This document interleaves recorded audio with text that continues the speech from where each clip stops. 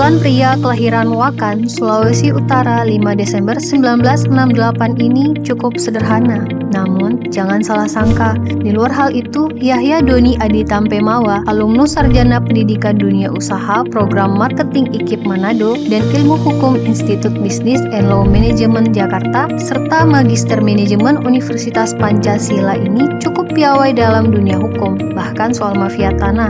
Dia terlibat aktif dalam lembaga bantuan hukum pembela kemasyarakatan Waskita. Banyak pengetahuan yang bisa dia bagi dari pengalamannya terjun langsung di lapangan, seperti yang dia sampaikan pada interview bersama Rizka Haryanja berikut ini. Selamat sore, Bapak. Selamat sore.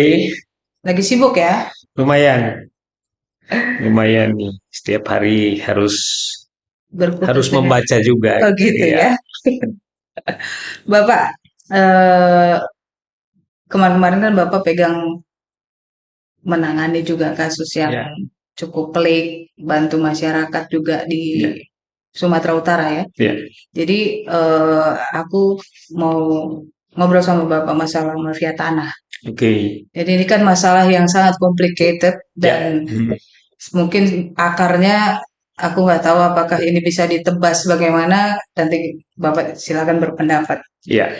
Mengenai sebagai praktisi hukum atau pemerhati hukum, dan Bapak juga membela masyarakat juga kan dari LBH yang Bapak dan teman-teman bikin. Mafia tanah itu apa sih kalau menurut Bapak tuh? Satu kartel atau apa gitu? Kalau mafia tanah sendiri itu memang terdiri dari oknum-oknum. Boleh dibilang 2 orang atau lebih yang bekerja sama untuk melahirkan suatu dokumen yang terlihat formil, resmi, dan sah. Itu terlihat ya. Tetapi prosesnya itu dilakukan dengan cara ilegal gitu. Nah, ini memang terjadi karena berkaitan dengan sejarah Indonesia juga. Bahwa Indonesia kan dijajah 350 tahun ya. 3,5 abad dikuasai ya.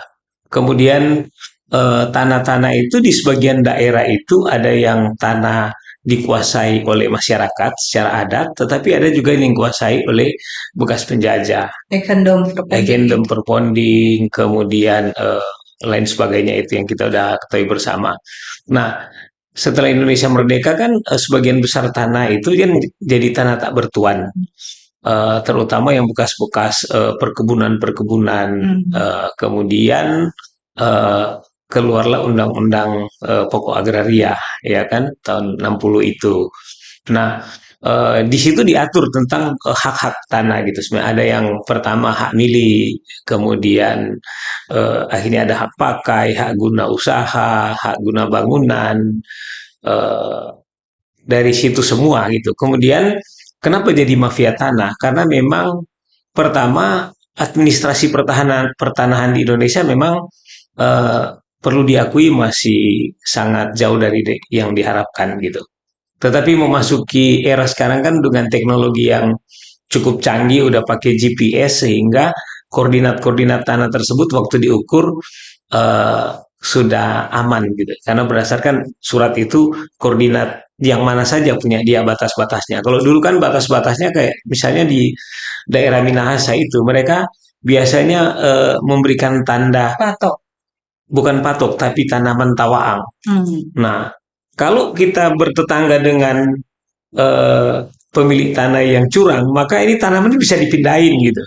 Tetapi kalau misalnya dengan koordinat GPS kan kita udah nggak bisa pindah-pindahin gitu. Nah itu. Tetapi berkaitan dengan mafia tanah itu sendiri adalah proses bagaimana melahirkan satu dokumen tanah yang sah itu.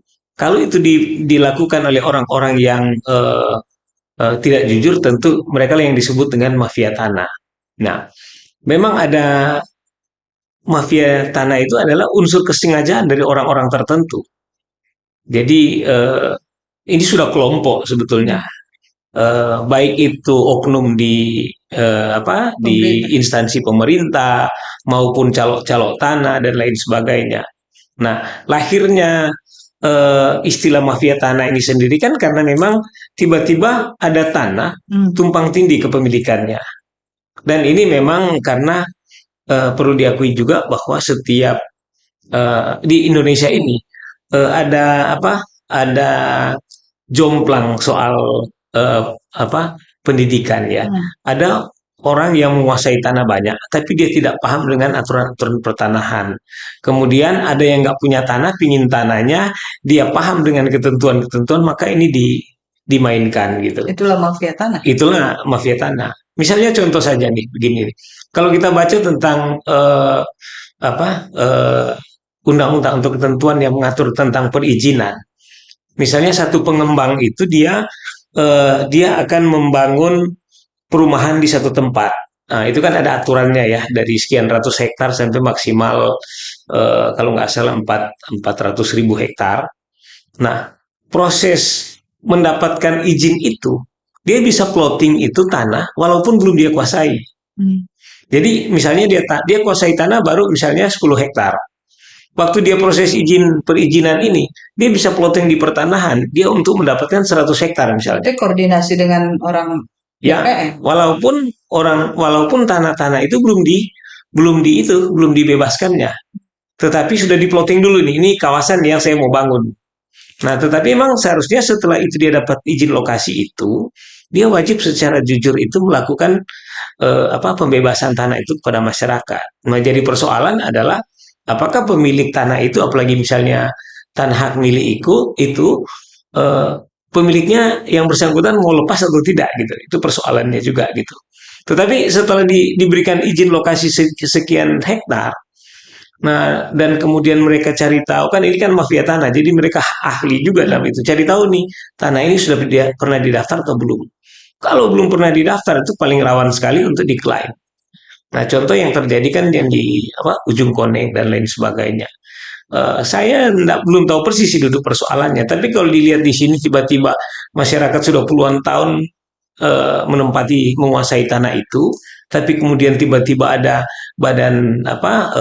ada satu PT atau badan hukum yang bilang bahwa itu punya dia. Jangan-jangan dia cuma memiliki, bukan bukan menguasainya, tetapi karena dia keluar izin lokasi itu. Tapi belum tentu lokasi yang dia mendapatkan izin itu sudah dibebaskan atau belum gitu. Nah, ini memang dari sistem administrasi tanah juga. Memang seharusnya kalau izin lokasi itu sudah pasti dulu. Ini sudah dibebaskan atau belum. Kalau belum bebaskan ya jangan diplotting menjadi kawasan rencana pengembangan. Jadi kalau baru rencana pengembangan dan belum dilakukan pembebasan, tentu tidak boleh dikeluarkan izin itu. Cuma sekarang kan boleh keluar izin dulu, pembebasan belakangan. Gitu ya. Saya pernah mengurus izin lokasi dari petugas BPN, Bapak ngurus lokasi gini, kenapa nggak sekaligus aja Pak, luasnya segini. Saya bilang, emang boleh? Boleh Pak. Saya bilang, persoalannya tanah ini belum saya bebaskan gitu, gimana saya mau izin? Boleh Pak, kan ini baru izin lokasi dulu, nanti kalau udah ada baru Bapak bebaskan.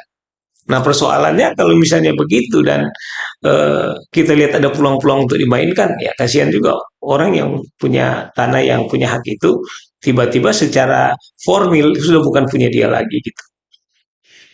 Ini masyarakat kan perlu tahu nih Pak, dan kebanyakan masyarakat kita kecolongan bahwa mafia tanah itu bisa jadi orang terdekat, ya kan? Iya. Misalnya contoh Nirina Zubir itu orang yang tinggal di rumahnya, tiba-tiba sertifikat itu bisa beralih nama dan lain sebagainya tanpa ada tanda tangan dan sebagainya. Itu kan kejahatan yang terkorporasi ya.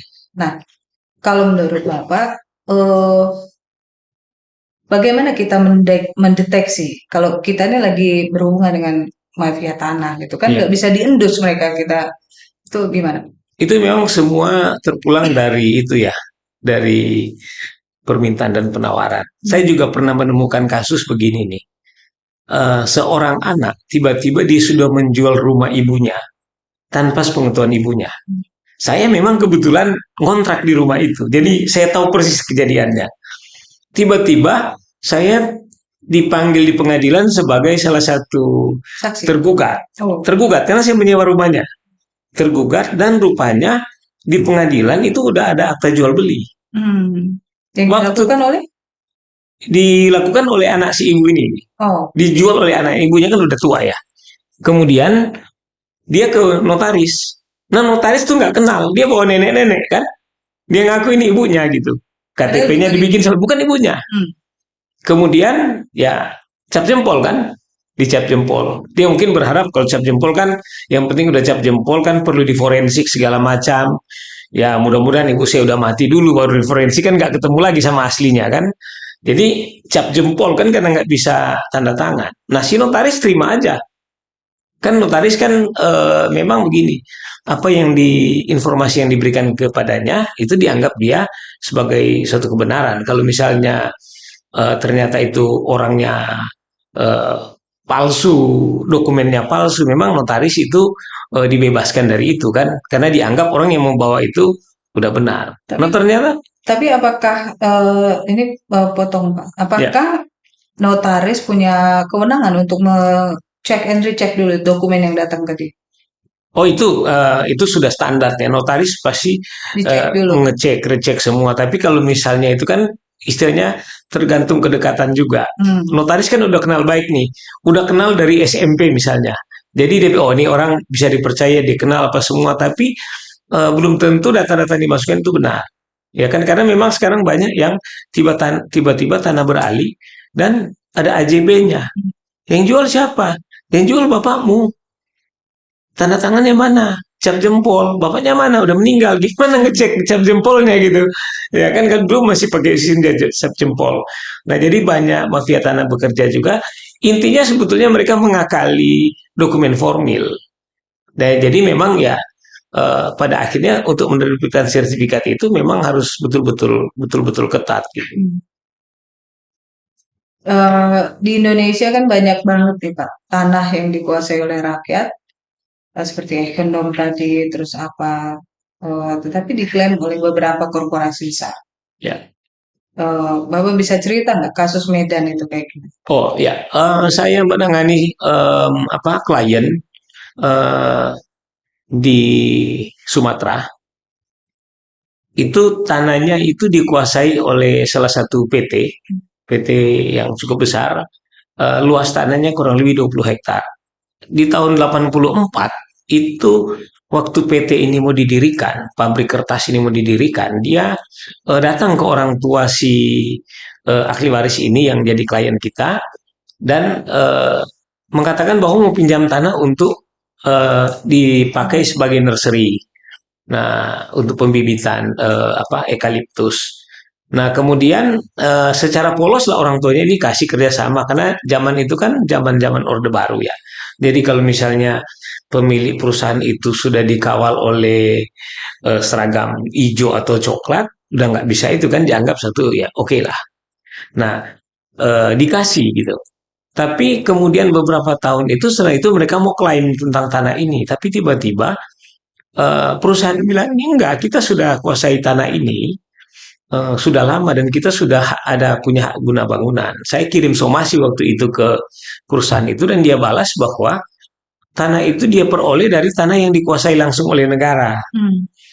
Padahal di kompleks perusahaan itu di mana berada itu ada perkampungan masyarakat yang sudah ada di sana sejak zaman dulu kala ya, sebelum Indonesia merdeka, tanah adat.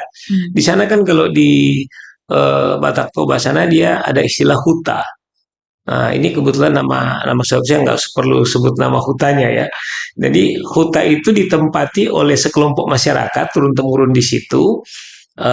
Jadi jelas walaupun mereka belum mengurus sertifikat, tetapi yang dimaksudkan di Undang-Undang Pokok Agraria itu pasal 20 kalau nggak salah, pasal 20 itu kalau nggak salah itu menyangkut hak milik adalah hak tertinggi. Jadi itu memang dikuasai oleh masyarakat sebelum Indonesia merdeka mereka udah pemilik tanah itu gitu. Nah, tiba-tiba perusahaan itu bilang bahwa dikuasai langsung oleh negara. Ada beberapa macam tanah ya. Tanah yang dikuasai langsung oleh negara yaitu tanah yang memang berada di wilayah Republik Indonesia yang tidak dikuasai oleh siapapun. Otomatis itu tanah yang dikuasai langsung oleh negara. Misalnya pesisir pantai, kemudian hutan-hutan yang jauh dari perkampungan. Nah, kemudian ada tanah negara milik pemerintah, milik instansi pemerintah. Jadi misalnya kantor gubernur, kantor itu tanah negara tetapi milik pemerintah. Nah, kemudian ada tanah adat atau tanah hak milik itu memang milik masyarakat. Nah, dalam kasus ini jelas-jelas mereka memang memiliki tanah itu dengan status hak milik. Cuma mereka belum daftarkan. Tapi situs-situs yang menyatakan bahwa mereka sudah ada di situ sebelum ini perusahaan itu jelas. Karena kebetulan di dalam kawasan yang sudah diklaim oleh perusahaan itu terdapat kuburan. Nah, kuburan kalau misalnya di masyarakat Batak kan nggak mungkin ada keluarga yang menjual tanah kuburan gitu. Karena itu kan memang sesuatu hal yang boleh ya disakralkan juga. Tapi diklaim gitu ya. Makanya itu indikasi-indikasi bahwa memang masyarakat itu sudah menguasai tanah itu secara hak milik. Tapi kemudian perusahaan mengklaim bahwa dia peroleh dari tanah yang dikuasai langsung oleh negara dan terbit sertifikat hak guna bangunan. Nah, ini persoalan nih. Kenapa BPN bisa menerbitkan suatu sertifikat hak guna bangunan di atas tanah hak milik yang tidak mendapat izin dari pemilik? Tetapi justru mereka dari BPN menggambarkan bahwa seolah-olah tanah itu memang betul-betul tanah yang dikuasai langsung oleh negara. Ini kan sesuatu yang keliru dari segi hukum gitu. Tapi sudah timbul. Nah, ini juga praktek mafia tanah. Ya, yang bermohon didaftarkan itu dari pihak perusahaan. Nah, kita udah tahu lah kalau dari pihak perusahaan yang mendaftarkan segala sesuatu lancar gitu. Nah, sementara pemilik tanah itu orang yang boleh dibilang tidak paham tentang aturan-aturan tentang itu. Tapi setelah itu dia tiba-tiba sudah dikuasai oleh perusahaan itu, nah mau bagaimana? Mereka mau lari kemana? Untuk ngurus tanah itu kan perlu duit. Nah kan akhirnya keadilan sosial di dalam hal ini sudah nggak bisa diperjuangkan lagi. Hanya perlu goodwill dari pemerintah untuk bisa membela hak rakyat ini. Tadi Bapak bicara masalah kewenangan pemerintah. Iya. Dalam hal ini banyak stakeholder terkait dengan pertanahan. Itu kan udah ada satgasnya nih Pak. Kalau menurut Bapak satgas itu bekerja nggak sih? Kok masih marak banget gitu? Dari segi konsep menurut saya satgas itu oke ya, bagus. Konsep udah pasti bagus. Implementasinya itu mungkin belum menyentuh semua ya. Berarti nggak jalan. Bukan berarti nggak jalan, tapi kemungkinan dia masih istilah tebang pilih, ya kan? Mana lebih dulu yang diprioritaskan.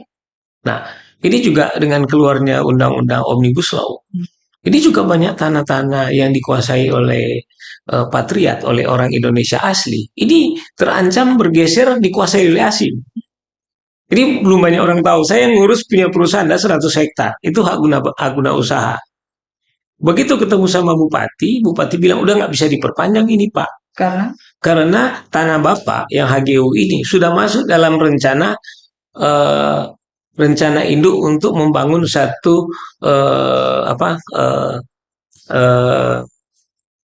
dia masuk semacam kawasan ekonomi khusus, tapi ini dia khusus untuk membangun kawasan industri.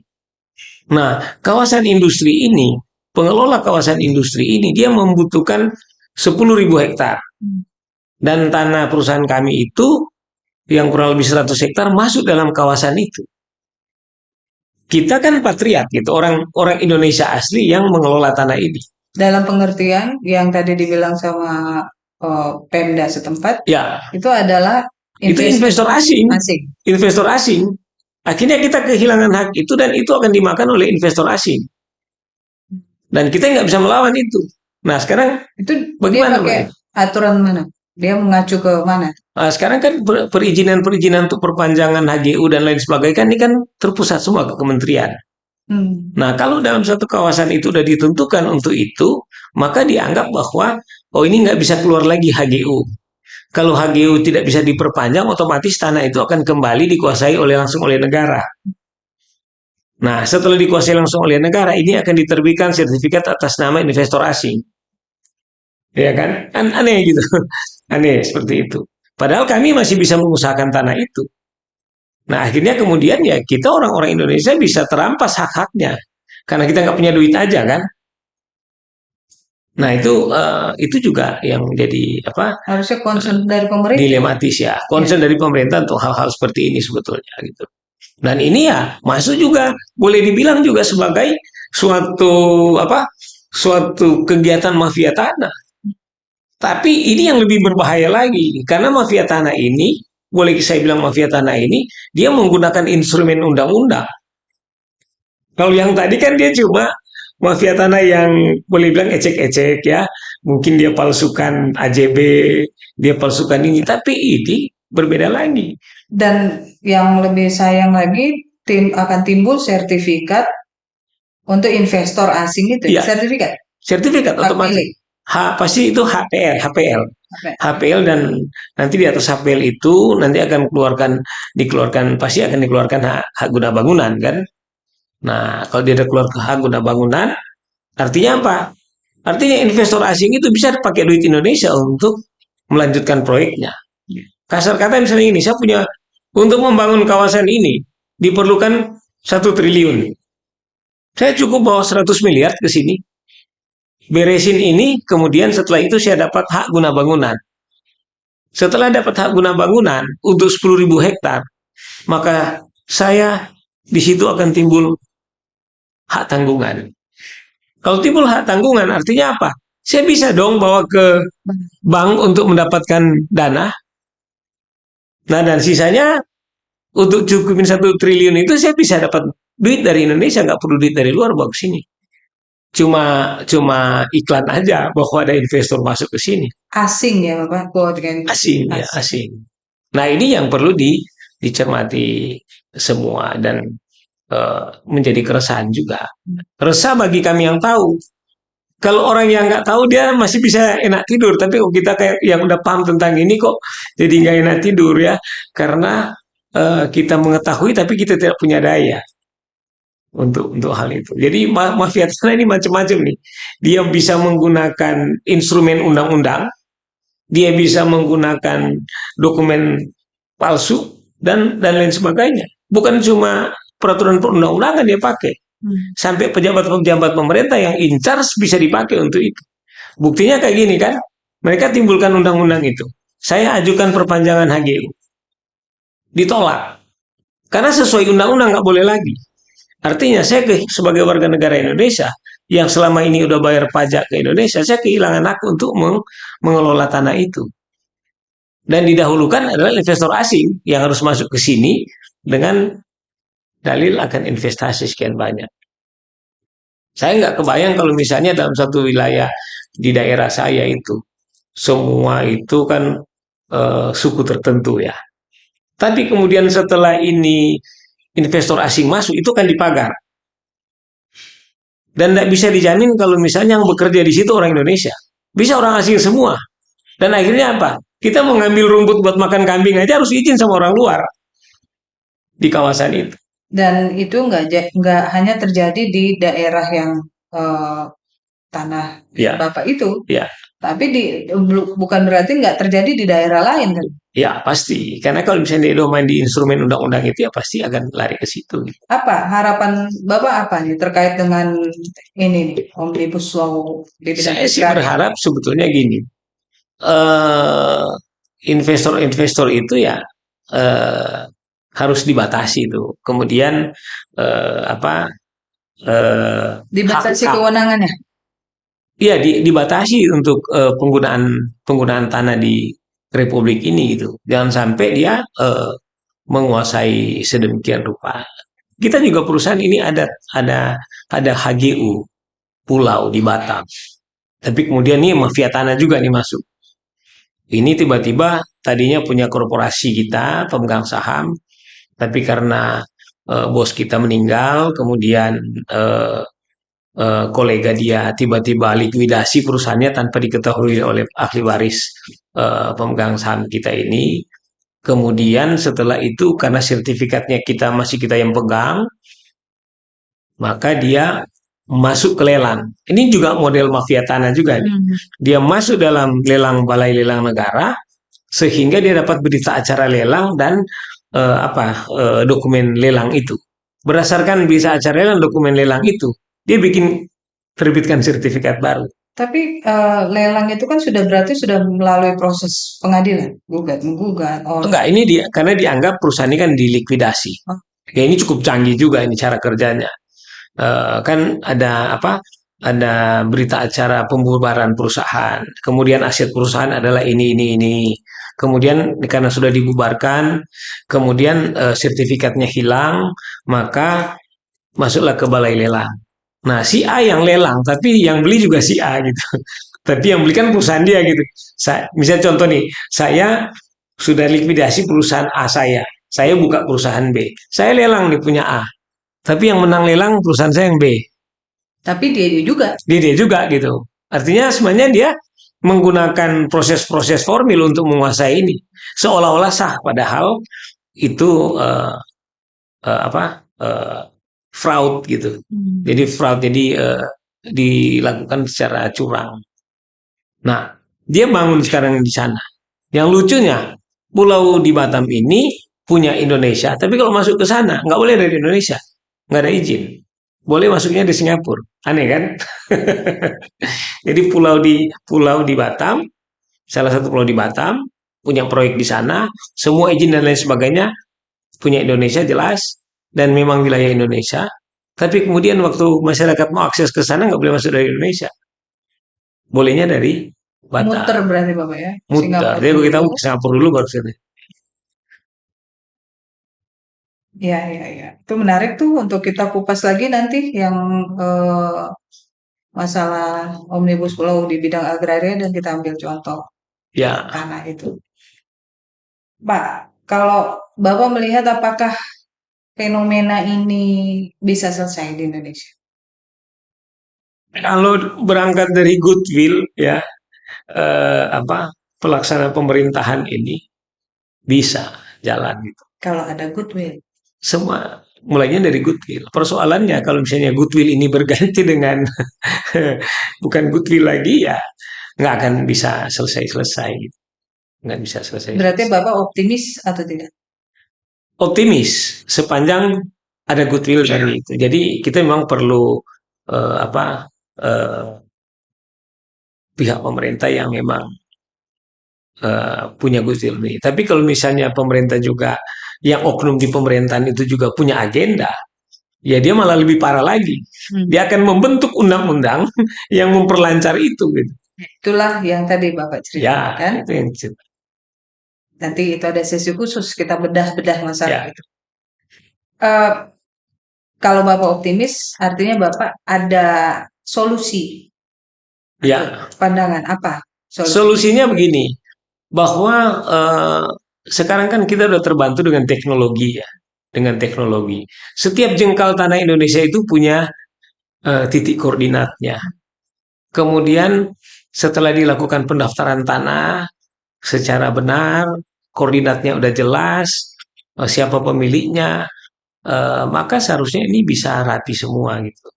Tapi boro-boro bisa rapi semua, di dalam Jakarta aja masih banyak yang nggak rapi kan. Ya. Nah, di ibu kota sendiri banyak juga yang nggak rapi, banyak tumpang tindih. Tiba-tiba sertifikat bisa 4 lapis, ya kan, dan lain sebagainya. Bagaimana ini?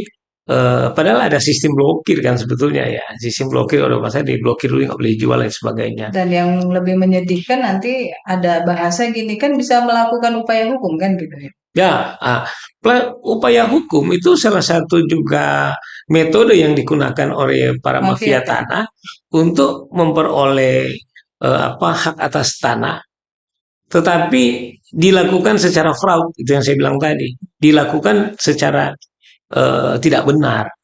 Tetapi karena mereka cukup ahli, maka kan di pengadilan itu, di pengadilan kita kan hakim kan bersifat pasif.